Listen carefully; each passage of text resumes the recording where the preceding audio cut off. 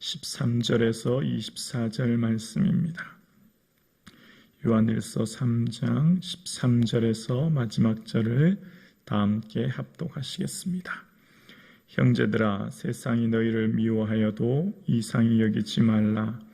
우리는 형제를 사랑함으로 사망에서 옮겨 생명으로 들어간 줄을 알거니와 사랑하지 아니하는 자는 사망에 머물러 있느니라. 그 형제를 미워하는 자마다 살인하는 자니 살인하는 자마다 영생이 그 속에 거하지 아니하는 줄을 너희가 아는 바라. 그가 우리를 위하여 목숨을 버리셨으니 우리가 이로써 사랑을 알고 우리도 형제를 위하여 목숨을 버리는 것이 마땅하니라. 누가 이 세상의 재물을 가지고 형제의 궁핍함을 보고도 도와줄 마음을 닫으면 하나님의 사랑이 어찌 그 속에 거하겠느냐. 자녀들아, 우리가 말과 혀로만 사랑하지 말고 행함과 진실함으로 하자.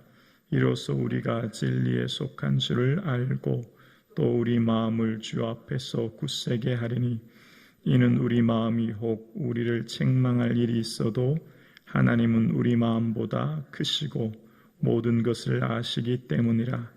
사랑하는 자들아, 만일 우리 마음이 우리를 책망할 것이 없으면 하나님 앞에서 담대함을 얻고 무엇이든지 구하는 바를 그에게서 받나니 이는 우리가 그의 계명을 지키고 그 앞에서 기뻐하시는 것을 행함이라.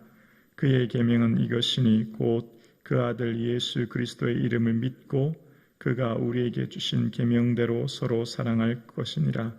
그의 계명을 지키는 자는 주 안에 거하고 주는 그의 안에 거하나니 우리에게 주신 성령으로 말미암아 그가 우리 안에 거하시는 줄을 우리가 아느니라.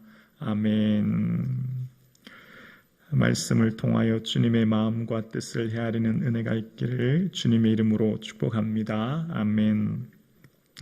오늘 본문 요한은 초대교회 성도들을 향해 편지하면서 형제들아 라고 13절의 서두에 시작하고 있습니다.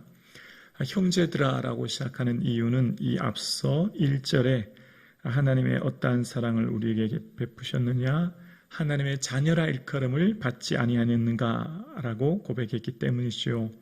그러니까 지금 이 우리 모든 교회 공동체는 하나님의 자녀이고 그래서 자녀된 몸된 성도들에게 형제들아 라고 이야기하면서 세상이 미워하여도 이상하지 여기지 말라라고 이야기합니다. 이상히 여기다 라는 말은 놀라다는 것인데 세상이 우리를 미워하여도 놀라지 말라라고 이야기하고 있는 것을 보게 되어집니다. 그러면서 하나님이 성도에게 무엇을 가장 중요하게 보시는가? 그러니까 하나님이 우리에게 어떤 것을 가장 중심적으로 보고 계신지 요한은 오늘 본문을 통해서 이렇게 이야기하는데요. 14절입니다. 우리는 형제를 사랑함으로 사망에서 옮겨 생명으로 들어간 줄을 알거니와 사랑하지 아니하는 자는 사망에 머물러 있느니라. 아멘. 하나님이 성도에게 무엇을 그토록 중요하고 가치 있게 보시느냐? 그게 오늘 본문에 기록되어 있습니다. 바로 사랑이라는 것입니다. 누구를 사랑합니까? 이방인, 무슨 로마인, 헬라인, 멀리 있는 사람이 결코 아닙니다. 형제 사랑이란 것입니다. 형제, 가장 가까운 형제. 그러니까 지금 하나님께서 사랑할 대상은 멀리 떨어져 있는 또 나와 상관없는 사람이 아니라 가장 가까이 있는, 함께 있는 형제라고 이야기하는 것이죠. 그러면서 사랑하지 아니하는 사람은 사망에 머물러 있다라고 이야기합니다. 머물러 있다라고 하는 원어는요, 거주하다는 것이고 투숙하다는 말이거든요. 형제를 사랑하지 않는 사람은 사망 안에 머물러 있다라고 지금 본문에 요한은 이야기하고 있습니다. 이 서신서에 보면 형제 사랑에 대해서 모든 이 사도들이 이야기하는 것을 봐요. 예를 들면 바울도 로마서 12장에 보면 형제를 사랑하여 서로 우애하고 존경하기를 서로 먼저 하며 라고 이야기합니다. 그러니까 바울이 형제를 사랑하고 우애하고 존경하라 이렇게 얘기하고요. 또 베드로도 마찬가지예요. 베드로도 베드로전서 1장 20절에 보면 거짓 없이 형제 사랑하기에 이르렀나니 마음으로 뜨겁게 사랑하라. 형제를 사랑하는데 뜨겁게 사랑하라. 그러니까 바울과 베드로도 형제를 사랑하라고 하는데 마음을 다해서 사랑하라, 존경하라 이런 정도까지만 얘기했는데요. 오늘 요한은 형제 사랑의 문제를 뭐로 다루고 있냐면 죽고 사는 문제로 다뤄요. 그러니까 형제를 사랑하는 것이 14절 다시 한번 읽어볼게요. 우리는 형제를 사랑함으로 어떻게 해요? 사망에서 옮겨 생명으로 들어갔다는 겁니다. 그러니까 단순히 그냥 바울과 베드로처럼 열심히 사랑하십시오, 뜨겁게 사랑하십시오 이 정도가 아니에요. 요한은 이 형제 사랑을 얼마나 중요하게 여겼냐면 사느냐 죽느냐의 문제로 여겼다는 거예요. 사망에서 옮겨 생명으로 들어간다는 거예요. 만약 형제를 사랑하지 아니하면, 반대로 미워한다면 어떻게 된다고요? 사망의 거주지를 마련하고 산다는 겁니다. 사망이 내 집이 지금 지어져 있다 이렇게 표현하고 있는 겁니다. 그러니까 얼마나 중요한지를 강조하고 또 강조하는 것입니다. 그러니까 우리의 삶 가운데 단순히 형제 사랑은 해도 되고 해도 되지 하지 않아도 되는 선택의 문제가 결코 아니라는 거예요. 이것은 죽고 사는 문제, 이것은 너무너무 중요한 문제라고 하는 것을 이 요한은 강조해서 또다시 이야기합니다. 자, 여기까지만 얘기하면 요한이 형제 사랑이 그냥 형제 사랑해야 되는구나 라고 생각하지요. 그래, 또 한 단계 더 나가요. 요한은 형제 사랑이 그런 단순히 우리의 삶에 해도 되고 안 해도 될 문제가 아니라 얼마나 중요한 문제인지를 이야기합니다. 15절이에요. 그 형제를 미워하는 자마다 뭐 하는 자라고요? 살인하는 자라는 겁니다. 얼마나 요한은 강조하고 또 무서운 말씀을 하는지 몰라요. 그러니까 형제를 사랑하는 자는 사망에서 생명으로 옮겼고, 미워하는 자는 단순히 그냥 미워한 것 정도가 아니라 살인하는 자다라고 이야기합니다. 여러분, 누구 좀 미워할 수 있지 않나요? 우리 그냥 현대 그리스도인들은 생각합니다. 누구 마음에 들지 않으면 좀 미워할 수 있고 좀 싫어할 수 있고, 나 그 사람 좀 거리를 좀 둬도 되지라고 생각하는데 그런 정도가 아니라는 거예요. 지금 요한이 얼마나 이 형제를 미워하는 것을 강조하고 또 강조하는지 몰라요. 그러면서 형제를 미워하는 게 단순한 미움이 정도가 아니라 살인이라는 표현을 쓰고 있습니다. 요한은 앞서 2장 9절에도 보면 형제를 미워하는 자는요 어둠에 거하는 자라고 얘기했고, 11절에도 보면 그 어둠에 있기 때문에 갈 곳을 알지 못한다는 겁니다. 눈을 멀게 있기 때문이에요. 그러니까 형제를 미워하는 사람은 삶의 목적과 방향을 상실해 버린다는 위험이 있다고 얘기하고 경고했고, 오늘 본문은 형제를 미워하면 삶의 방향과 목적을 상실할 뿐만 아니라 그는 이미 살인자가 된다는 겁니다. 그러니까 얼마나 형제를 미워하는 것에 대해서 경각심을 일깨우는지 몰라요. 그러니까 예수님께서 산상수훈에서도 사람에 대해서 노하는 자, 성내는 자는 심판을 받고 라가라 하는 자, 얼간이라고 하는 자는 공회에 잡히고 미련한 놈, 바보라고 하는 사람은 지옥불에 들어간다. 그 말을 요한은 다시 한번 상기시키는 겁니다. 사랑하는 성도님, 예수님은 성도들의 삶에 뭘 중요시 보신다고요? 죄 짓지 않도록 노심초사 유의하면 보시는 거예요. 예수님은 우리의 성공을 요구하는 게 아니에요. 예수님은 우리의 거룩을 요구하십니다. 근데 성도들은 예수님이 우리의 능력, 성공, 출세, 업적 이런 걸 요구하신다고 생각해요. 근데 성경은 끊임없이 우리에게 말씀하는 게 있어요. 사람은요 거기서 거기에요. 우리가 볼 때는요 잘난 사람 못난 사람이 있고요, 능력 있는 사람 무능한 사람이 있고요, 우리가 볼 땐 사람이 차이가 있지만 주님 볼 땐 안 그래요. 다 똑같아요. 주님 볼 땐 다 그 사람이 그 사람이에요.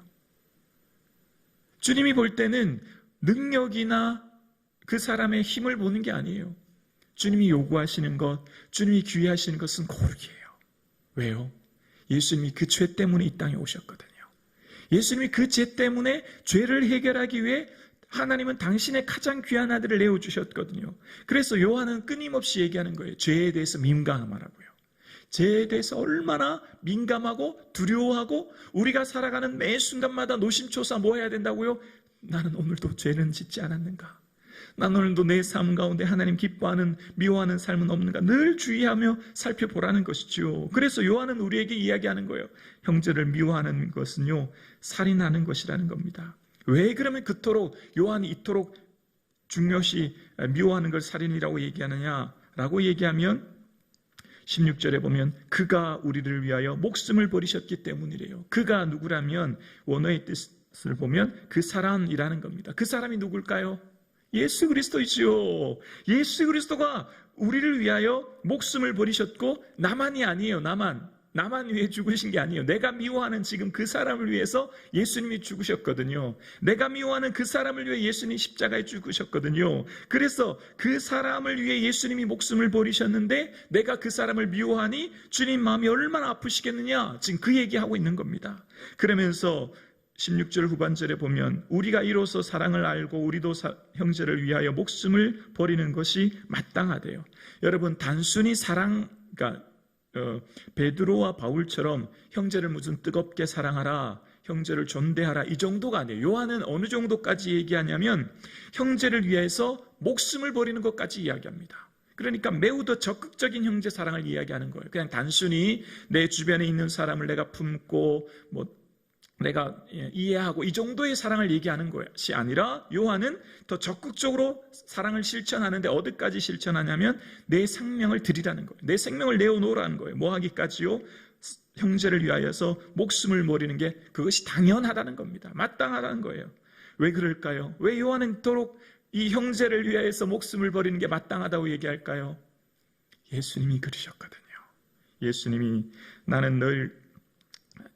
나는 선한 목자라, 선한 목자는 양들을 위하여 목숨을 버리거니와 나는 양을 위하여 목숨을 버리노라 라고 이야기합니다. 그리고 예수님이 말씀하신 가장 큰 사랑이 뭐죠? 사람이 친구를 위하여 자기 목숨을 버리면 이보다 더 큰 사랑은 없나니. 예수님이 가장 큰 사랑을 행하셨고 그 사랑을 이제 우리에게 행하도록 말씀하고 있는 것입니다. 자, 그리고 요한은 이 초대교회 공동체에게 편지하면서 또 오늘 우리에게 요구하는 것이 있습니다. 사랑은 삶으로 드러내 보여져야 된다는 거예요. 어떤 사람에게요? 약자에게, 내 사랑의 도움이 필요한 자에게 구체적으로 살아가라는 것이죠. 17절입니다.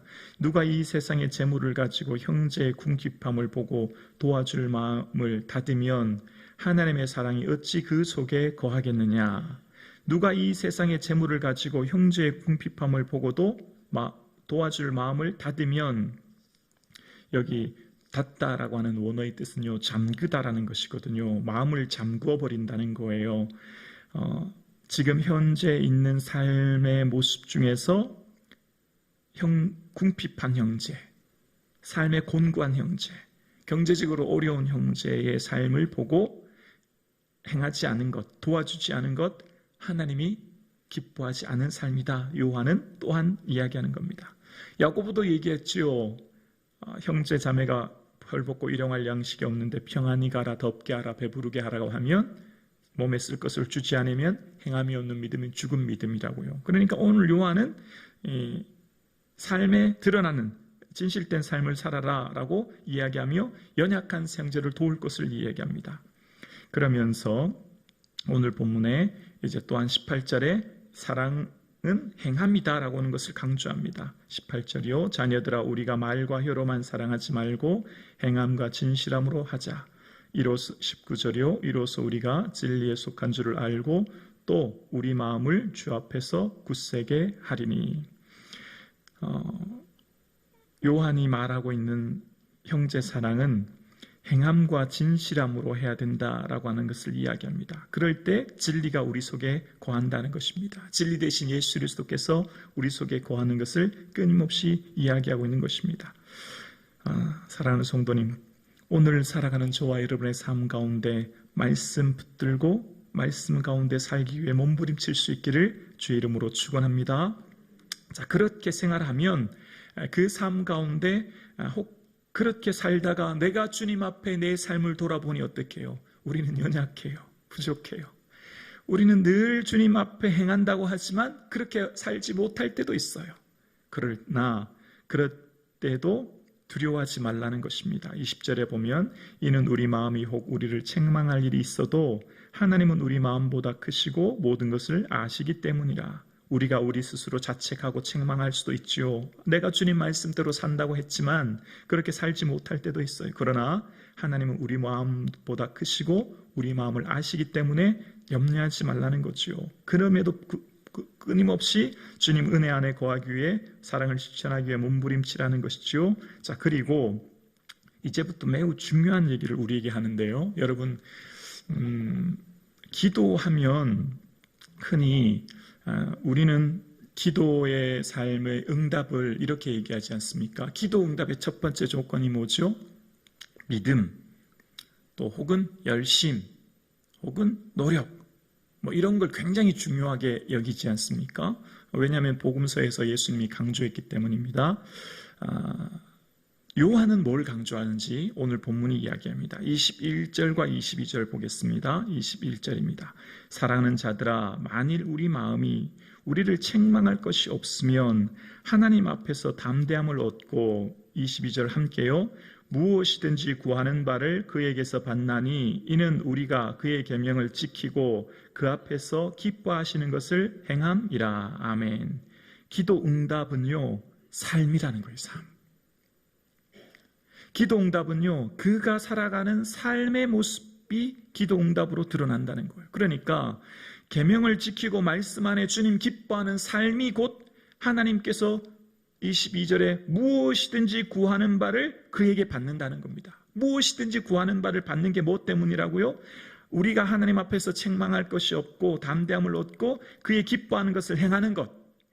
그러니까 주님 앞에 뜨겁게 성전에서 울부짖어 기도했다면 그 외에 성전을 나가서 살아가는 삶의 모습 속에서는 주님 기뻐하는 것을 살아내는 것, 주님 기뻐하는 그 계명을 지키는 것, 주님 기뻐하는 삶을 살기 위해 주님 책망할 것이 없는 삶을 사는 것, 그것이 곧 구하는 바를 받게 되는 응답의 삶이라는 겁니다. 그러니까 우리의 삶 가운데 왜 내 삶에 기도 응답이 없습니까? 라고 의문이 드십니까?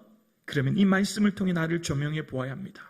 왜 내 삶에 기도 응답이 없는지를 말씀을 통해 다시 한번 나를 살펴보아야 되는 것이죠.